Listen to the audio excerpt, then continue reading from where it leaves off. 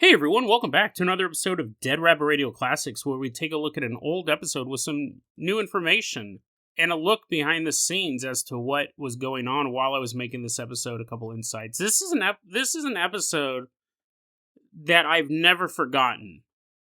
I've never once forgotten this episode, and it's funny because on other classics I go, well, maybe I forgot about this episode. I mentioned that during the Cookville one. I go, well, I didn't even really remember the Cookville story. This episode I've always remembered, not probably for the reasons that you think. Well, you do sing in it, so it does make it kind of memorable. But yeah, let's go ahead and talk about this. Let's get it started. Let's listen to episode 651. Make It Shine. Can a song be a secret spell? A string of arsons strike the city of Vancouver, British Columbia. The target? Mason lodges. Are we going to talk about that? I don't know. This last episode of season 13 has been such a struggle. I do have some stories, though, for you. Maybe that one we'll see. Are Nickelodeon theme songs haunted by angels? And then some other stuff? I don't know. Today on Dead Rabbit Radio.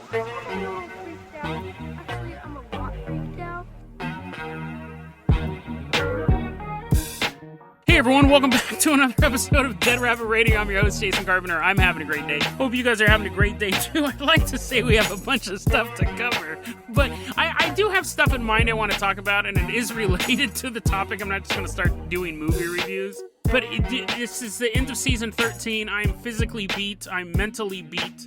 But in good ways. I think we're ending off season 13 really strong. I can't even say that with a straight face. This episode might be a little wobbly. Just like yesterday's episode, I have recorded a full episode for the season finale. Wasn't good enough. This one will be better. The other one just didn't have any energy to it. I wanted to pick some stories that I'm kind of excited about and are kind of more personal type stories, not personal stories, personal observations, personal conspiracy theory type of things, which you guys do seem to like. But before we get started on any of that, let's introduce our newest Patreon supporter. In comes our newest Patreon supporter, Wiz's Carb. Everyone give a round of applause to Wiz's Carb. He's dressed up like a boy band member. He's in a white suit. Just like those boy bands of the 1990s. Now we all have white suits on. We're all doing matching boy band moves. Trust me, this is better. This is better than the last version, okay? The last version was super boring. Wiz's Carb, you're going to be our captain or pilot this episode. If you guys can't support the Patreon, or if you don't know all the moves, we're going to spend a lot of time practicing. Just help get the word about the show. Really helps out a lot. We're going to get into why Wiz's Carb is dressed up like a boy band member in a second. Let's actually talk about this Masons thing. I was joking in the beginning. I do want to talk about it, but we don't really have a lot of information to go off of. What happened was, actually before I'm totally getting ahead of myself, Wiz's Carb, let's go ahead and hop into Jason Jalopy. We're leaving behind Dead Rabbit Command. We are headed up to Vancouver, Canada. It's a really bizarre story. This just happened on March 30th. 2021, and anyone who knows anything about conspiracy theories knows the number 3 is very powerful, and I always poo-poo that stuff. But that doesn't mean that people who are into it find it very important. Do you know what I mean? Like, I don't think there's any difference between committing an act on the 33rd day than there is on the 7th day or the 12th day or anything like that. But to someone who believes in it, it is very, very important for them to follow these numbers. So 330... 2021, 3 Mason lodges in Vancouver, Canada were set on fire within 90 minutes. This wasn't an accident. It wasn't bad wiring in all 3 of them. We know that for a fact because the suspect, who has not been named, has been arrested. He was actually walking out of the 3rd location with a gas can. And an off-duty cop is walking by, and there's like flames coming out of a building. The cop is looking at the guy with the can walking away, humming a jaunty tune. And cop's looking at the building, and the guy's getting in his car, and the cop looks back at the building, and the guy's starting to drive away. The cop actually does start wrestling the dude.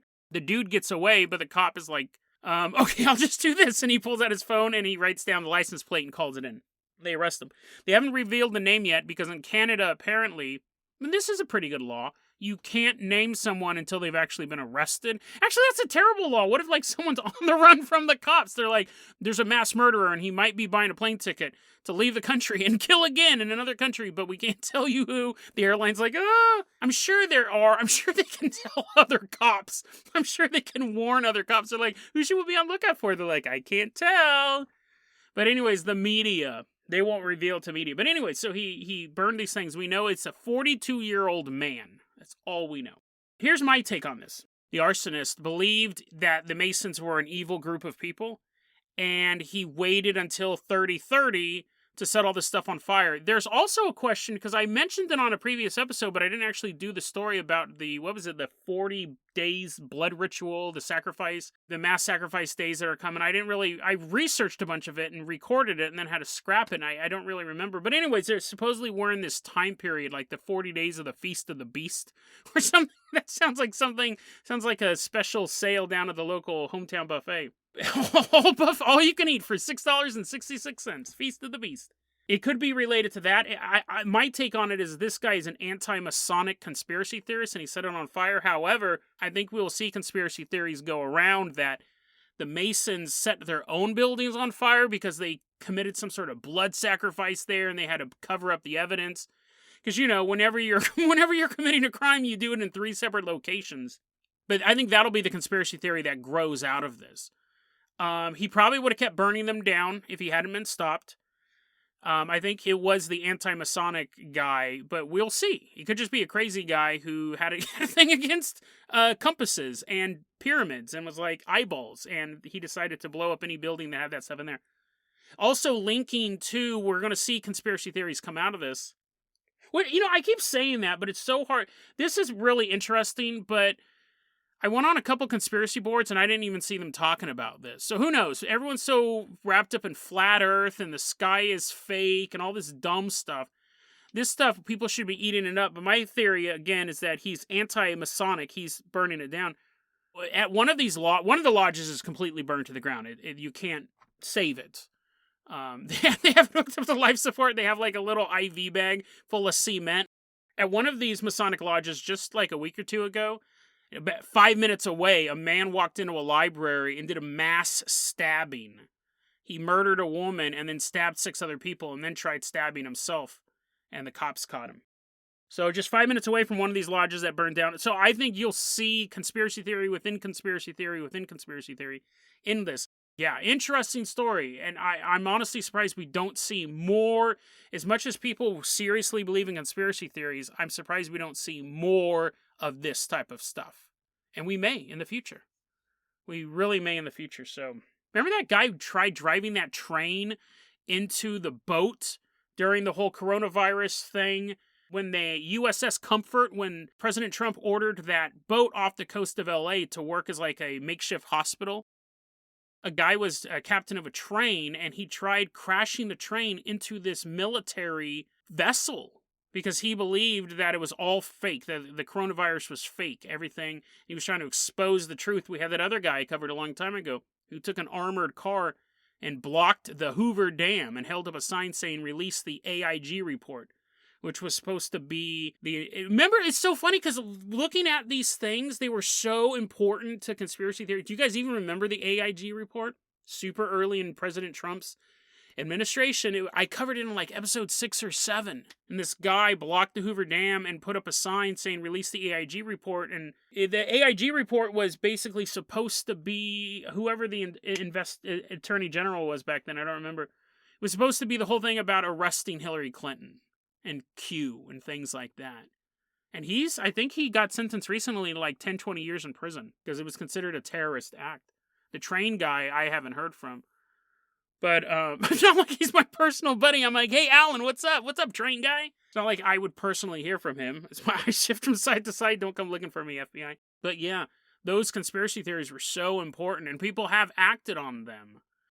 Whizzes Carbs, let's call in the Dead Rabbit Dirigible. We are going to leave behind Vancouver. We are headed out to Hollywood.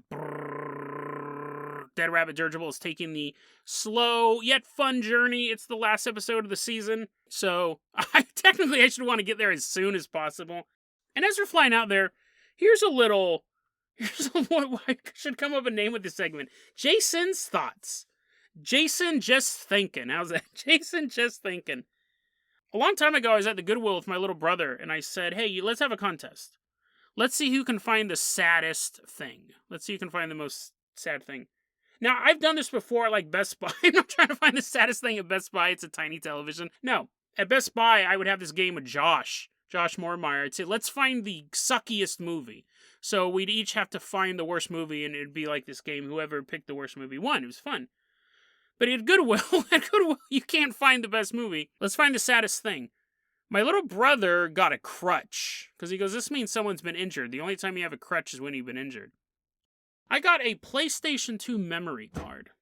My little brother's like, what? What is that? And I go, on this card, and I'm holding my card right now, on this card is unfinished video games. This card is literally full of people's achievements that were never finished. Inside this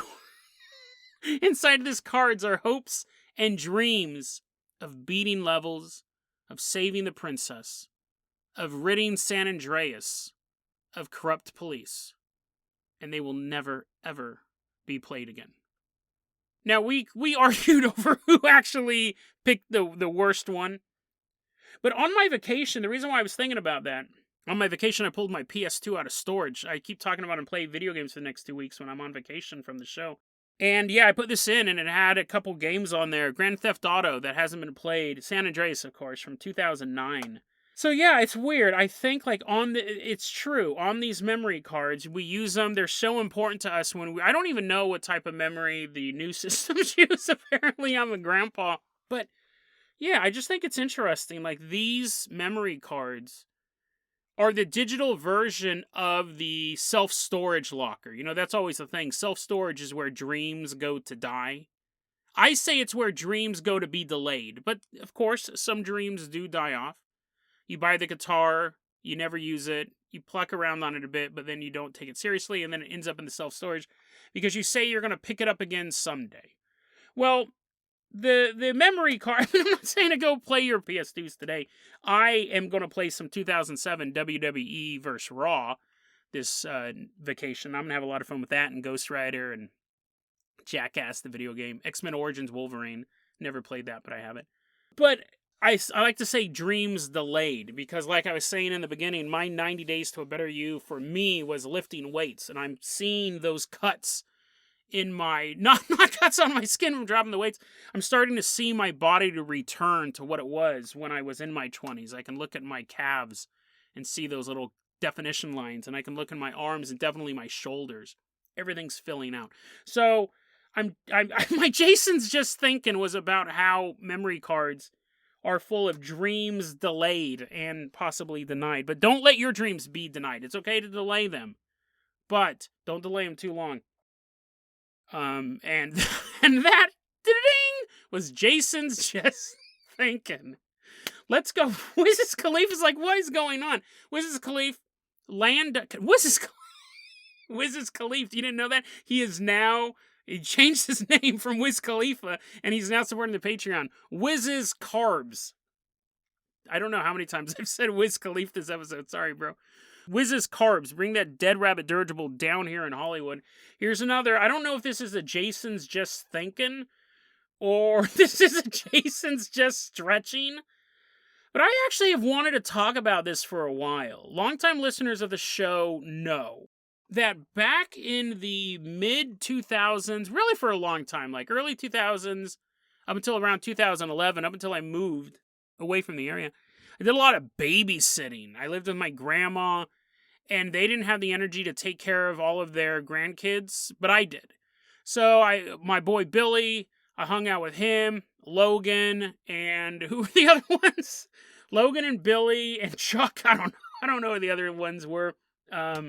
Bobby, maybe. Billy and Logan were the ones I hung them up. And Austin, I hung out with him all the time too. Little dudes. And when you're babysitting, and I babysat some other people's kids too. Jackie's kids, I babysat Jackie's kids and Kara's kids. When you're babysitting, you end up watching young people's shows. So I watched a lot of Nickelodeon. I watched a lot of Disney Channel. And there's some pretty good stuff on there. So I've been rewatching some of those shows on Netflix. And usually it's before I'm going to bed, because it's all, no matter what horrible news I've been reading during the day, or no matter what happened, I can always go and, before I go to bed, watch 2 or 3 episodes of Victorious. It's normally on in the background, or now Big Time Rush is on Netflix. It's like the number 4 show on Netflix. And I just got done watching Big Time Rush when I started the show. When I started Dead Rabbit Radio, I would talk about Big Time Rush from time to time.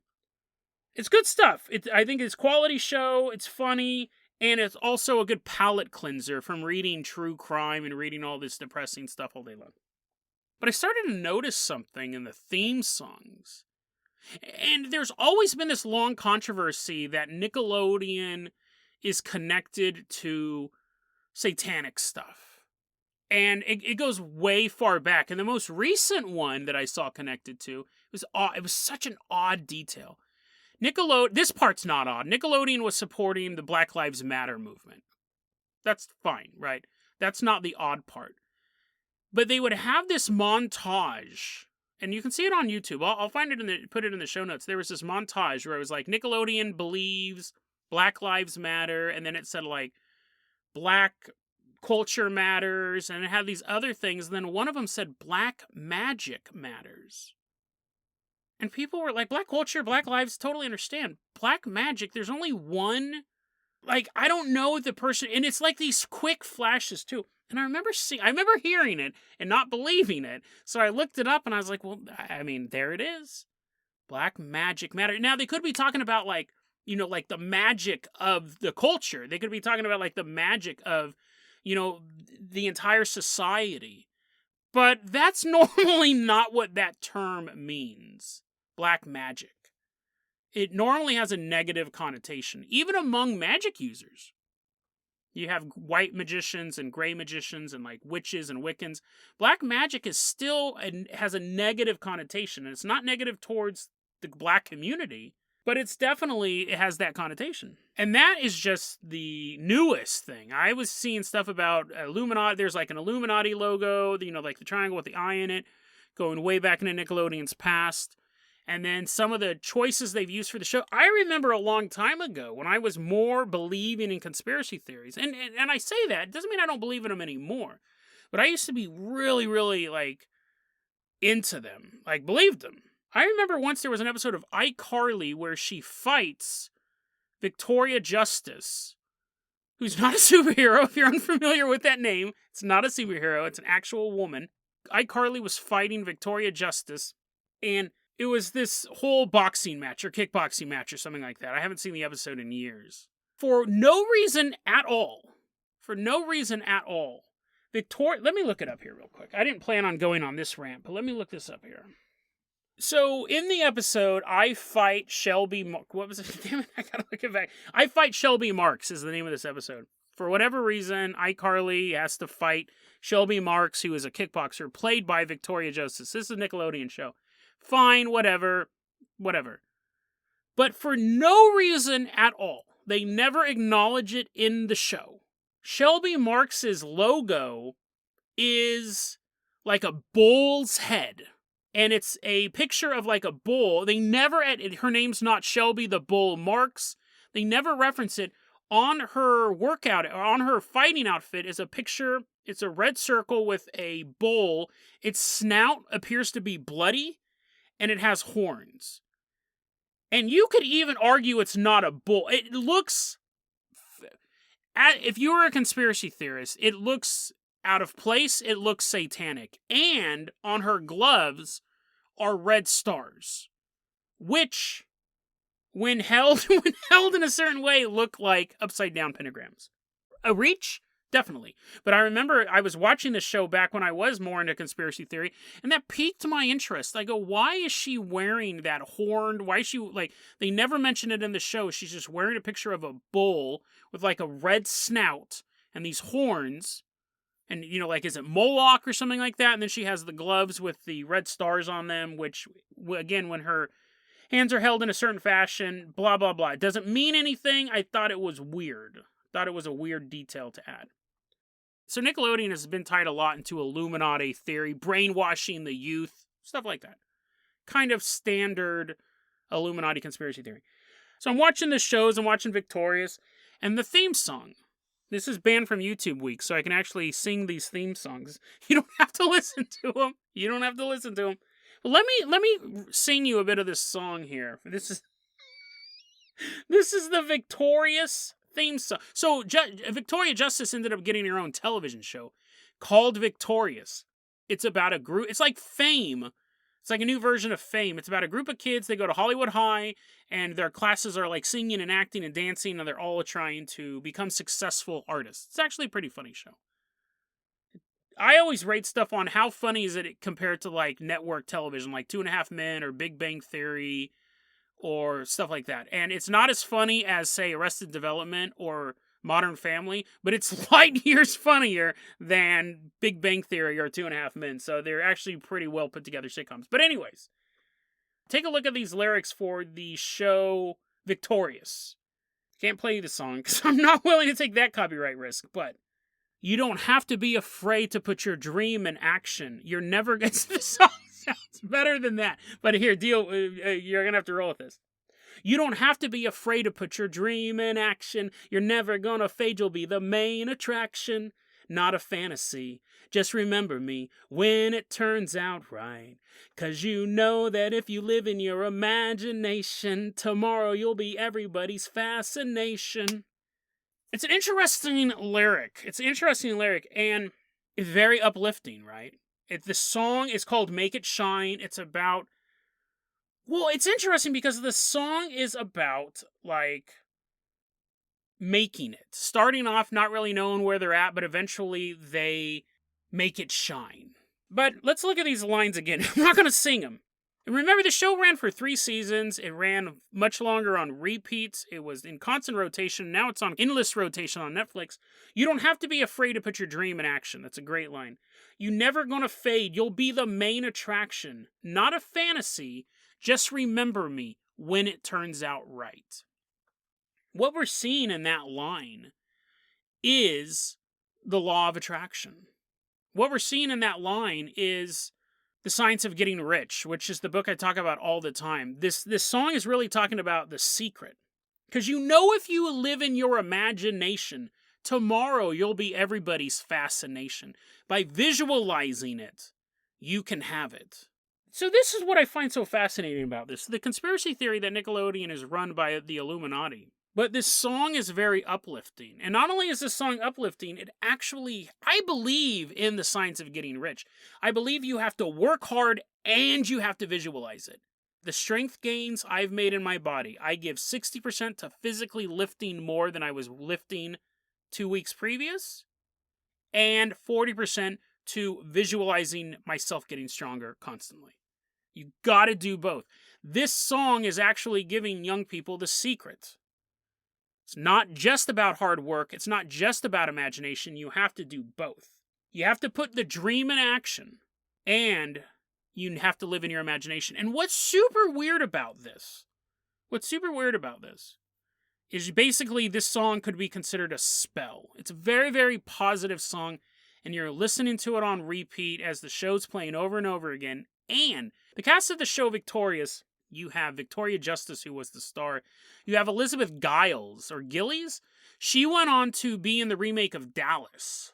She left this show and ended up doing the remake of Dallas. Victoria Justice had done a few projects here and there. But the big star to come out of Victorious is one of the biggest stars in the world, Ariana Grande. Ariana Grande is on the level of like a Madonna at this point. She is a global superstar. There are still people who would be like, what, who's Cardi B?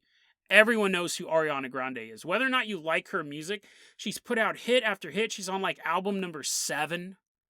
Like she's just been, and sometimes she'll release like 2 albums in a year. She's like a monster. I covered her on an episode. She's really into the paranormal. She's really into supernatural. She'd probably love this show. But what's so fascinating about this is and when she was doing the show, she was 15 years old. She's a side character, not a fantasy. Just remember me when it turns out right. That is the theme song for the show. Throughout the opening credits, they're showing Victoria Justice walking to school. They're showing the cute boy number 1 waving his hand. They show cute boy number 2 with his marionette puppet. Not a fantasy. Just remember me when it turns out right. Ariana Grande appears on screen. Like, right when they show her picture, we're getting that line. It's not a fantasy. It wasn't a fantasy. It was putting your imagination and combining it with your dream. Put it into action. Is it possible that this song is a spell? Out of all 7 characters on that show, the other most popular guy was the teacher, was the voice of Plankton from SpongeBob, which I think they just grabbed him from that set and took him to this one. What if you had crafted a song that was a spell, that was a good spell, a positive spell, and it plays over and over and over again every time that episode is aired, every time they're in the editing bay, every time they are assembling this episode and it's sitting on these DVDs to be shipped off to the studio to actually be aired, and they're constantly going through this, and it's always playing that line and always showing Ariana Grande's picture. And she's the biggest star of the show by multitudes. Like, not even close. There's a lot of talent on that show, but Ariana Grande outshines them all. Is the song a spell? So did the people who even wrote that song knew they were crafting a spell? And are there more songs out there like that? I don't think so. I don't think so. To both of those, I think this was a fluke. I think a lot of magic could be flukes. But it's interesting nonetheless. And it's interesting because it comes out of a place that is very, very closely associated with Illuminati, with darkness. The conspiracy theorists hate Nickelodeon. Absolutely hate it. Now, even when I was a conspiracy theorist, I knew funny. Like, I think the jokes are funny. Plus, I was with a bunch of kids.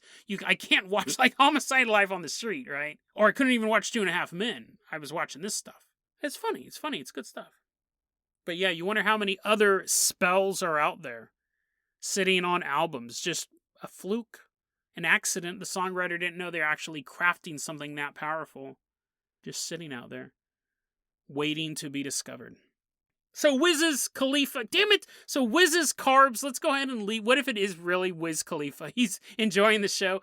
Wiz's Carbs, go ahead and call in that Carpenter Copter. We are leaving behind Hollywood Hills. We are going to travel out to Finland. But first, do you like board games and murder? Dun, dun, dun. Then the dark comedic thriller Murder Barry Win, Bury, you know, like digging a hole, is for you. I point right at you. Critically acclaimed on the festival circuit and winner of the best feature at Phoenix FearCon, Murder Barry Win centers on 3 aspiring board game designers who have to dispose of a body. With few options available, they turn to their game for guidance. The premise of their game? How to murder someone and get rid of the body. Pre-order now. Pre-order now and you'll receive the original deck of cards as featured in the film for free. Details at murderbarrywin.com. Wiz's Carb says, you're flying us out. This is why I was laughing during the promo read. It's a good movie. Check it out. But Wiz's Carbs, as you're flying us out to Finland, you start to notice that my voice starts to change. It starts to sound like this next story we're going into, I recorded for a different episode. But that's just the altitude. That's just because we're so high up in the Carpenter Copter. It's going to sound like I had recorded it for another episode, but the rest of the episode wasn't that great. So I clipped out that ending and moved to this ending because I can't figure out a way to end this episode without singing more songs. But it's just the altitude, bro. It's all in your mind. It's all in your mind. So Wiz's Carbs, and there might actually be jokes. There may be jokes that don't make sense because they're callbacks to earlier in this Phantom episode, but it's just your imagination, man. It's season 13. You're just imagining stuff. It's the end, but... So, there we go. As my eyes do the ultimate shift from side to side, and hopefully my voice quality doesn't change that much. Wiz's Carbs, let's call in that world-famous Carpenter Copter. We are headed out to Finland. Specifically, we're headed out to Kryola. That's in Järvenpää. In Finland. It's November 1991. It's 9 p.m. There's a 29-year-old woman, let's name her Margaret. And she's just watching television. She's just sitting in her chair, checking out the old boob tube. New episode of Perfect Strangers is on. That Balky, he's so funny. No one ever said. I actually liked that show when I was a kid. She's sitting there in the chair, and then all of a sudden, has to take a breath. A circular wind starts to wrap her up. Whoa, whoa, and she feels the wind kind of start at her feet and wrap around her body all the way up to the top of her head. She tries to stand up, but she can't. Her mouth opens up. I don't think she made that noise. I don't think she was Mumra coming out of the crypt. Her head is forced up. She's sitting in her chair completely paralyzed, mouth wide open, looking up now. She's forced to see something in front of her. There is what she describes as a holographic picture. And on that picture is a 1.5 foot tall alien just laying on a bed, staring at her. Her eyes wide open, her mouth agape. She's staring at this image. This creature is laying there with one hand casually under its jaw, and its feet are kicking back and forth, a little nervously. This creature doesn't seem to be prepared for what is going to happen next. She said the only thing she could think of is how angry she was. Margaret was overwhelmed with anger. This goes on for 10 minutes. She's completely paralyzed, and she's staring at this 1.5 foot tall creature, just lounging there, staring back at her. Then, the image of this creature is replaced with a star map, and then it slowly fades away, and the creature is laying on the bed once again, kicking its legs nervously. At this point, the anger has become terror. She feels like they have now projected a map of where they are going to take her. And she can't speak, she can't move, she's beginning to just think how terrified she is, and she's trying to send a message, I don't want to go, I don't want to go, I don't want to go, I want to stay here, don't take me anywhere.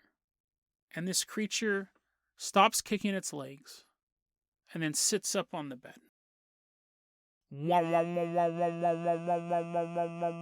This massive white tube appears. She can see it out of the corner of her eye.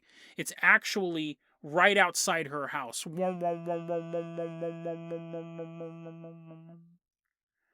And she's staring at this alien. He's sitting on this couch. And then he starts to fade away.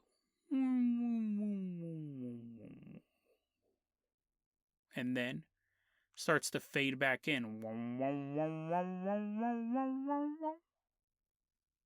He's sitting on the couch.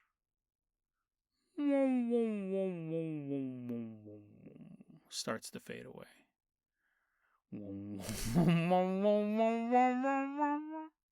Fades back into view.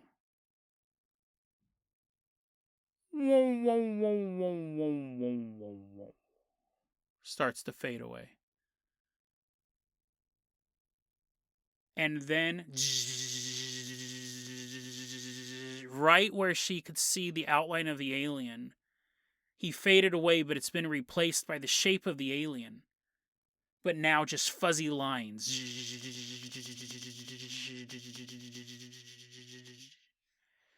In the outline of the creature she just saw. The encounter ends. She can move again. The white tube outside of her house disappears. And she realizes something almost immediately. She's been sitting in that chair for 10 minutes, looking at this thing, looking at her. She did not see its hands, its feet, or its face. She could make out none of those details. She saw the legs kicking. She saw it looking at her. But when she tried to recall details about the face, how many fingers it had, what its feet looked like, her only answer is, I didn't see them. She saw them, but she couldn't remember them. I got this story from thingaboutitdocs.com, and they actually got it from Mervi Virtanen, who I believe is a UFOologist in Finland. This story was originally going to be on my David Lynch episode, because talk about a Lynchian encounter. This story is bizarre just for the visuals and just for the idea of the alien does nothing. I used to kick it with this girl named Kate in Sacramento, and she always said the scariest thing to her is looking out into her backyard and seeing a man in the backyard. And I go, and then like he tries to get in? She goes, no. If he tries to get in, then I know what to do. If he tries to do anything towards me, I can do it. Just the man in the backyard is what's terrifying to me. Not knowing is terrifying to me. And that's what this alien story represents. This creature just stared. It's very, very long for an alien encounter as well. 10 minutes? I mean, that's just boring, right? You get bored after a while, but 10 minutes is a long time for an alien encounter unless you're getting taken onto the ship. But this story is so surreal. It's so bizarre that you would almost want, like Kate was saying, the man in the backyard is creepy. You would almost want to wake up and have gray alien. If you're going to have an alien encounter at all, it's much better to wake up late at night and you see the gray alien poking its head out of your closet. And then you get terrified. And the next thing you know, you're face down on some bed on a StarCraft. I mean, again, I'm saying if you had to choose, because at least that makes sense. Or you wake up and there's a dark shadow standing at the end of your hallway. And then, that's creepy. But then you getting chased by it. And then the next thing you know, you're face down on a metal bed on a StarCraft. Because those make sense. And if you are being chased by something, if the gray is in your closet, you could beat it up. You could lock it in. You can make it record a podcast. You can do all these things. But this is just so surreal. The way that it appears and the way that it disappears. The whole interaction with it defies logic. It's like an abstract interpretation of an alien encounter. You can't fight back against something that you don't understand. And we understand biology. We understand gray aliens. You can grab their little tiny legs and you can spin them around and hit their heads on everything. You can punch them. You can fight reptilians. Probably lose, but I mean, you could go toe-to-toe. You could ride an insectoid. You can turn them in, put a little saddle on them. Whee! You can do all this crazy stuff. But how would you fight against this? I mean, she just willed herself into not going. But even in the end, like she's staring at something for 10 minutes and she can't see, quote unquote, see its face. That is more terrifying to me than scout crafts and aliens taking slaves and hybrids and all that stuff. An abstraction of those stories is far more terrifying because there's just no rhyme or reason to it.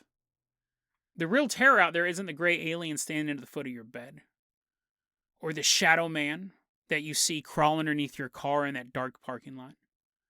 Or the movement out of the corner of your eye right when you flick off the light switch to go to sleep. The real true terror is the stuff that's so incomprehensible, our mind can't even process it. That we could look at something for 10 minutes and then be asked a mundane detail, what did it look like? And you go, I don't know. Because if something can bend your mind that much, then what hope do we have? We can fight physical wars, military might versus starships. But this abstraction, there's no defense against it. All you can do is hope and pray you never encounter it. Or, if you do, you never remember it. Because by glimpsing madness like this, you are almost guaranteed to go mad yourself.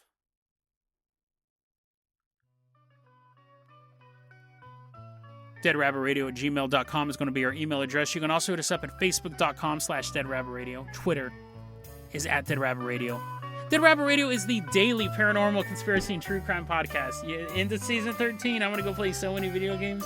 You don't have to listen to it every day, but I'm glad you listened to it today. Thank you guys so much for supporting the show. I'll be back in 2 weeks. Don't you worry about that with all sorts of new stories. My legs are cramped. I'm ready to go, guys. Peace. Love you. Drop the book. Peace. Love you guys. Have a great one. I said drop the bomb. I'm going to have to edit that out. Otherwise, we're going to get the federal government after me. Do not. I repeat, do not drop the bomb. Have a great one, guys. Cringe alert. Cringe. Let's just start it off like that. Here's the thing. I don't sing generally. I mean, obviously sing in the car and stuff like that, but there's a reason why I prefer rap music, whether it's I'm doing music myself or I'm doing karaoke or what have you.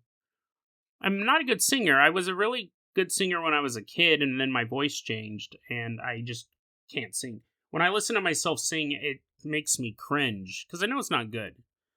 So, I mean, I have that easy out where if I'm going to do karaoke or something like that and I have to sing, I'll just be extra goofy so people can't tell. They're like, no, Jason, they can tell you're a bad singer still, and you look like an idiot. Well, yeah, probably, but... I remember this episode, though, not because of the singing. I had actually forgotten that I tried to do the tune, which makes it even worse. I should have just read the lyrics. This episode I've always remembered, and I've always kind of wanted to do a behind the scenes on it, because this might have been my lowest point doing the show. I remember being so exhausted. Like, I think this is the end of a season. Yeah, it's the end of season 13. I remember being so exhausted, and that memory has not left me for 5 years since I recorded that. This was when I was recording in the closet. I had my studio built in my haunted closet. I'll put some episodes in the show notes about that. It is very, very hot in there. I did get pretty good sound, but it was so hot in there. And generally, at the end of the season, I'm completely burned out. It's not that I don't love the show. It's not that I want to stop doing the show, but I'm just completely out of gas. Case in point, episode 1601, there were supposed to be 2 episodes after that, and I just ran out of energy. I was over at Sabine's house. I'm still watching the kittens. I was just laying on the couch. I laid on the couch for maybe an hour, just doing nothing, and that's very, very out of character for me. Like, I didn't even have my phone out. It wasn't like I was on the computer. I was just laying there. I was so gassed out, I couldn't do anything. That's not how I normally operate. I'm usually working, like even this vacation, I really kind of wanted to get everything recorded. I have to get everything recorded before I leave, but my goal is to have everything edited before I leave. That's not going to happen. I'm going to have to edit on my vacation, but the big thing is like, I go out, I'm taking a vacation, I'm just going to be hanging out with my family, watching movies, but really I'm going to be doing research as well, about 2 to 4 hours a day, typing up stories. Even on my vacation, I work. I just do less of it.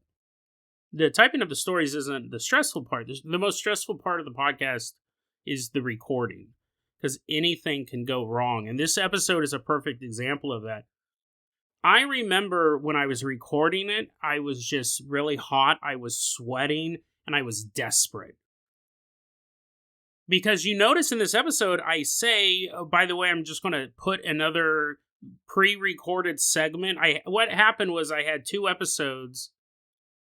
I recorded a whole episode. The first story didn't work. The whole first half of it didn't work. So I said, I have to start over. So I'm even sweating even more because now I'm afraid, what if none of this works? And I recorded the first half of this episode, which is amazing to me that these episodes are still like 30 minutes long. Which I think is too short. I think I go through stuff too quickly. I'm glad the episode's longer. I wish I could get around closer to 45 minutes. It's just easier for me to edit, but I'm sitting there recording it, and not only am I sweating and I'm hot, and it's the end of the season and I'm exhausted, but something's gone so wrong that I had to ditch half of an episode. Which, I record all this stuff, and you don't know if it's going to work until you're halfway through. You just don't know if the story's going to work, if it's going to be entertaining, if you can tell it in an interesting way, until you're about 15 minutes into the segment. And if it doesn't work, now I have to go find something else to cover. Or sit there and really ponder, how do I want to cover this? So this is what a Frankenstein episode is, what I call them. It's obviously an easy descriptor where I take 2 different episodes and patch them together. It's very rare, and it's almost never it probably hasn't happened in the past year or 2.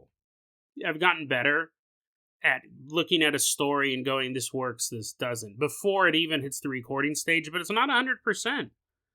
It really isn't. It gets stressful. So I just remember this being one of the lowest points in Dead Rabbit Radio. I remember when I got the episode done, because it was the end of the season, and that means I was going to take 2 weeks off after it was done recording, or a week off, whatever it was back then. I remember literally when I finished recording the song portion, and then I go, I'm going to attach something else to the end of this. I remember walking out of the studio like I had just got done running a marathon, and I was so exhausted. And I knew I still had to, spend a good amount of time editing it and stuff like that. But I just remember emotionally how I felt. This episode has always reminded me of that. And when I've looked back on it, I wondered how much of that desperation and anxiety came through in the actual recording of it. Can you tell how I'm at the end of my rope? And I don't know, even knowing all of that when I was listening to it, I almost expected myself to sound more desperate. I will say this, this segment, I like all 3 stories. But the second story, the one about the Nickelodeon songs, to me, and I knew this while I was recording it, I 100% realized what I was doing. We've all done this in other ways, but you're in school, and you're given an assignment, you have to write an article about World War II pre-industrialization of third world countries or whatever. A topic that you really don't know anything about, you're definitely not passionate about. So what you do, first off, you wait till the last minute, and then you write a paper about your favorite punk rock band and how their songs remind you of World War II pre-industrialization of third world countries. You know what I mean? You take something that you are interested in and you force it into the topic. I used to do that a lot in high school and college. I kind of stopped because I didn't stop because I thought it was not effective. I stopped doing it because I realized how cringy it was. I thought I was the only person doing it. And then I found out other people did that too, and I was like, oh, it's super cringe. Maybe I should just do my homework like a normal person. But you go, oh, this paper I'm supposed to write about 1960s advertising, what if I instead write it about Rancid, the punk rock band Rancid, and what they have to say about advertising, and you force it in. Every teacher in high school or college has to deal with this. That's what this episode felt like to me. What's funny too, okay, so I did a lot of nanny work. I worked a lot as a nanny when I was younger, so I did watch a lot of Nickelodeon and Disney Channel and stuff like that. And that did give me an appreciation. I do think a lot of those shows are really funny. Sweet Life on Deck is, I think, one of the funniest sitcoms. It's easily in the top 5. Is it as funny as Frasier? No. I love Frasier. It is as funny as The Office, the American or the British version? No. But it's up there. I would put it, I think it's funnier than Friends. I think it's funnier than Seinfeld. I was never a huge Seinfeld fan. That music in between scenes always drove me nuts. Too jazzy. And I'll say it's 1,000 times funnier than the Larry David Show. That show stinks. It's way funnier than The Big Bang Theory, Sweet Life on Deck. So I do have an appreciation for that. It's funny because before I recorded this, or a better way to put it, this episode was recorded before all the Nickelodeon allegations came out into the forefront. I'd been hearing conspiracy theories for years about Nickelodeon, because we addressed some of them, the Illuminati ones. But who was the guy who was Dan Schneider? People had always said that Dan Schneider was a child molester, which I personally never believed. And I don't think he is to this day. He had a weird thing with feet, sure. But even the people who hate him the most, and there's a lot of people who hated him, never came out and accused him of rape or sexual assault the same way they did with that other guy. I think he was he was a behind-the-scenes guy, makeup guy, Brian something or another, who it turns out was sexually assaulting one of the young men from Drake and Josh, or Josh and Drake, whatever it is. And that guy also, the child molester, is also in Return of the Living Dead, which is one of my favorite zombie movies. It makes it hard to watch. What was his name? Brian May or something like that? Sorry if I got the name wrong. I don't have it in my notes. But It is interesting, right? Because that stuff all came out into the open afterwards. It is interesting to hear a conspiracy theory podcast talk about Nickelodeon and not address that. But that is why, because those allegations hadn't come out into the open. I've always heard rumors about the father of Jamie Lynn Spears' child was an adult, a producer out with Nickelodeon who worked with Nickelodeon, but that's never been proven. And yeah, I think Dan Schneider did some weird foot stuff, but he's never been out. And again, watch now that gets announced, and I have to address that after this. The people who hated him the most said he was just a jerk. He was a slave master, and he thought he ran the studio. Those are usually the complaints you hear about Dan Schneider. And then in pop culture, people go, oh, he's a child molester, he loves feet and all that stuff. And he does love feet. Allegedly, but he does have a lot of feet stuff. But anyway, I'm not defending him. If more information comes out, then obviously I'm wrong. But that's why I didn't address the Dan Schneider stuff, because I didn't want to, just be tossing jokes in there that I don't have any backing for. Not like I'm above that, but that's just not something I did. Also, my back was to the wall on this. I was really just trying to get it out. But Nickelodeon and Disney Channel shows, I do enjoy them. It's been a long time. I haven't watched them. I think Dog with a Blog was the last one I watched on Disney Channel. And Nickelodeon, it might have been Big Time Rush that I actually watched through. I don't even know what's on the air anymore because I'm not a nanny anymore. And so, I'll go and rewatch The Sweet Life on Deck. I went and watched every episode of Big Time Rush not too long ago, a couple of years ago.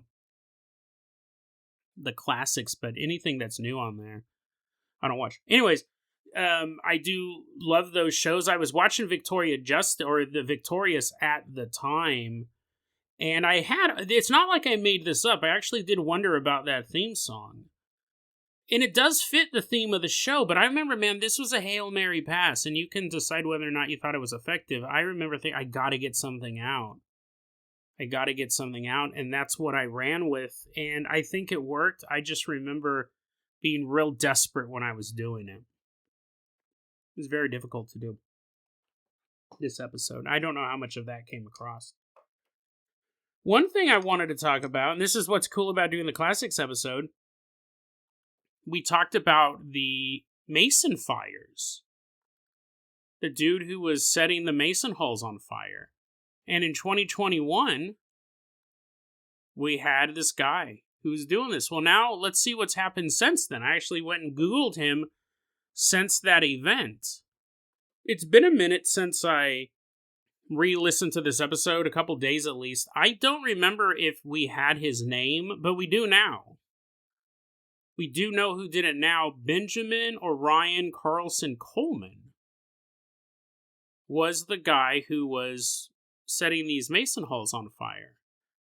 And you go, okay, hopefully he's doing better. Obviously, there's two ways you can look at it. He was having some sort of mental breakdown, or I guess three ways. One, has a mental breakdown. Two, he's a career criminal and an arsonist as well. Or three, I don't know what the third one is, but anyways, my point is that you go, I hope things are doing better. Oh, the third one is that he's actually fighting a war against who he perceives are secretly ruling the world, and it's a war of vengeance. It's a vendetta. Well, what's interesting is you look at this story now. This article was published. I read an article written by Nick Laba. This was published just last year, September 8th, 2025. Well, apparently, so this is what happened, was on August 23rd, 2024. So 3 years after the Mason fires, which I don't remember exactly what the sentence he got for the Mason fires were. He served federal time in prison, so he did do some time in prison, but he was out by 2024. And on August 23rd, 2024, Benjamin was driving down Highway 1 up near North Vancouver, and people started calling in saying, dude, this car's super erratic. Got worried about this guy, So the police go out to check on him, and when the police get there, they see him sideswipe a car and then drive through a police barricade, like a police traffic stop. Eventually, the Eventually, Benjamin crashed his car and was surrounded by police. And at that point, he hit a cop and then grabbed for that officer's firearm, but was unable to get it. He then punched another officer in the chest before he was thrown on the ground and handcuffed. And apparently, during this whole melee, he was screaming about the Illuminati. So, not much changed for the guy, unfortunately. He was still on this war path about taking down the hidden hand that rules the world. That was what he thought he was doing. Well, it turns out that war was also fueled by MDMA. When they got him, they found him high on drugs. He was classified as having drug-induced psychosis. And he says that when he's on this drug, he thinks that a guardian angel is telling him what to do. And so he ended up doing these things, driving erratically. I mean, I don't know why the angel is doing that. He's like, oh, by the way, Benjamin, for this next mission for God, I need you to swerve violently around the freeway. So, right now, or at least in this, I'm reading an article that was written on September 8th, 2025 by Nick Laba for North Shore News. At the time of this article, he was in recovery. He was in recovery to, deal with the mental health issues and the drug abuse issues and the alcohol issues as well. He was drinking as well. I thought this was interesting. Benjamin said he apologized for punching the cop. He talked to the police officer directly and says, "Yo, I'm sorry for punching you. I'm also sorry for reaching for your gun and screaming in your ear as loud as I can about the Illuminati." I did think it was interesting. Benjamin said this in court. He said, quote, "I realized that the drugs made me totally delusional. The voices in my head were telling me the police were corrupt and they were going to kill me. I was believing things that weren't true." Listen, if you listen to this podcast before, I'm not someone who hates all cops. I think there are good police officers. But I don't know if you believing that the police officers are corrupt is definitely an untrue statement. It might be. There are a lot of officers out there. I think the majority of them are good. But I think there's a lot of officers and sometimes entire departments that are corrupt, which is sad. But anyways, that is, you can have a delusion and it be partially true. But I'm glad that Benjamin's alive. I'm glad that he didn't, do anything too serious that he won't be able to recover from. But I thought that was an interesting side note in that story there. And then, with the music episode, I stick to that. I think it's an interesting topic. I probably shouldn't have sang. I just remember feeling so desperate when I was recording it. Plus, my singing voice isn't the best even when I'm not sweating profusely trying to get my work done. I thought it was interesting, too. I talked about the movie Murder, Barry, Win. You guys need to check that out. It's actually free on Tubi right now, and I believe it's free on Amazon Prime as well. That was a really good one. And it's funny because, so I don't know how much I revealed it. I think I did mention this. A good buddy of mine and one of the original listeners of the show worked on that movie. I think I had mentioned that. And that was I was basically doing it as a favor to the filmmaker. I was like, I can support independent cinema. And my buddy was on the shoot. Awesome. And it was a good movie. I remember, a lot of times when I promote a movie, I don't do that anymore. The people that used to send me the free copies of the movies so I could do a little promo for them, she left the company and the new person didn't want to work with the podcast anymore. So then it just stopped happening. I loved doing that. I love movies. I watch them anyways. A lot of times when I'm promoting a movie, I go, I hope this movie's good, right? I hope this movie's good. And this was, I think I had watched the movie before I started promoting this one, if I remember. But Murder, Barry, Win. And maybe a couple weeks ago, I was even thinking about that movie. I had not remembered the title, but I remembered my buddy worked on it. And I remembered a scene. It was very intense. Really good movie. The director hasn't done a ton directing since then, but he has done some producing. So that's really cool. I'm glad that he's still the director of Murder, Barry, Win. I don't remember his name. I'm glad he's still in the industry. And then my buddy is definitely still doing things. He usually has 3 or 4 projects going on at the same time. People just hire him because he's so good. And then we have the Frankenstein aspect of this episode. Again, like, this is something that doesn't happen a lot anymore. But it totally makes sense. I had forgotten that I did this. And when I said, oh, by the way, the next 20 minutes is taken from another episode, so the audio quality is going to change, I go, that tracks. I remember I just had such a hard time recording this episode, and really probably that entire week. It just gets you down. I love the show, I do. I really have a lot of fun with it, but sometimes it just knocks me on my butt, and I still got to get an episode out. Like, this break, I had 2 more episodes I should have recorded, I just didn't have the time. And I feel bad about that. And because I know I get emails from you guys and saying, hey man, your show really, really helps me get through the day. It's part of my routine. So when I don't get those 3 episodes out, it does feel like I'm letting you guys down. And I'm not saying this to get a bunch of YouTube comments saying, no, you're the best, Jason. Or you're like, yes, you do let us down. Boo! Boo!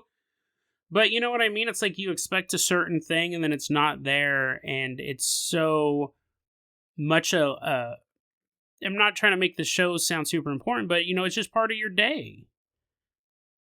And it's not part of your day because I don't get an episode out. I always feel bad about that. I feel bad that I didn't get all the stuff done this week. But again, you just get burned out. And I just sometimes physically can't do it. And it's almost always at the end of the season. But this episode's a perfect example of that. And I would be curious from you guys, if you guys want to comment or email me, can you hear the desperation in my voice? I'm really, really curious about that. Does it sound like I'm very harried and I'm worried? I will say the last story, and I don't even remember what episode it was clipped from. It was an episode that hadn't aired, obviously. The first part failed, but I really love alien stories like that are just so bizarre. They're really hard to find. And that was why I'm sure I recorded a full episode and go, the first half doesn't work at all. It's trash. But this second story is good. I want to keep it. Because it is a good story. And I think I told it in a pretty effective way. It's very jarring. Because, again, I think if you want to say, do I sound desperate, you can hear a tonal change from that first half of the episode to the second part. Because the second part was recorded probably a few days, if not a week earlier. So I was in a different mindset.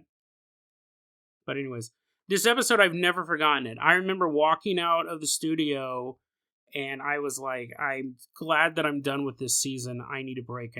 I just remember being relieved that it was over. I didn't know if it was good, and I think it turned out okay.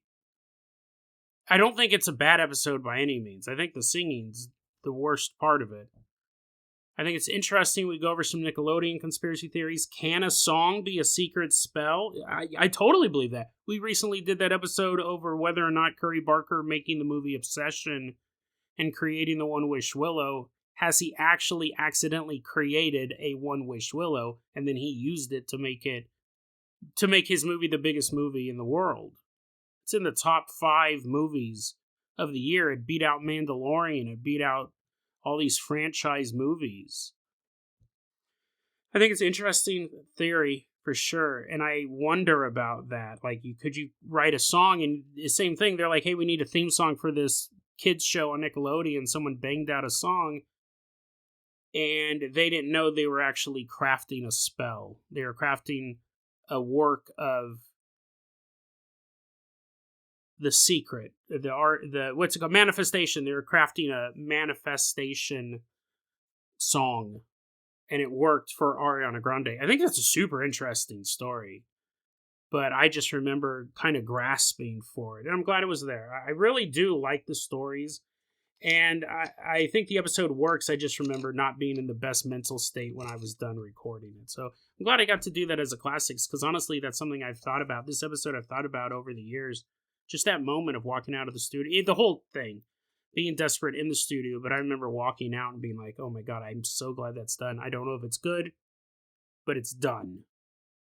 And I did think it was good. That's why I released it. If I had listened to it and it sucked, I Never. I am actually surprised I left the singing in. I'm surprised I didn't go back into the studio. This is what I would do today. I'd go back in the studio and just read the lyrics and then edit that into the episode. But I was allergic to the studio at that point. I could not go back in there. And when I was editing it, I was probably like, oh my God, this singing's so cringy. But there's no way I'm stepping back in there to re-record it.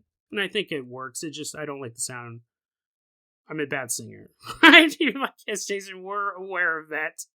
We're very aware of that now. Well, anyways, I'm glad you guys listened to this Classics episode. Let me know what you think. Did I sound completely desperate in that full first half? I definitely felt desperate, so I don't know how much of that came across on the mic. But anyways, hope you guys enjoyed this Dead Rabbit Radio Classics. We will be back for more classics. We got some more episodes coming out before the end of my summer break, so I hope to see you guys there.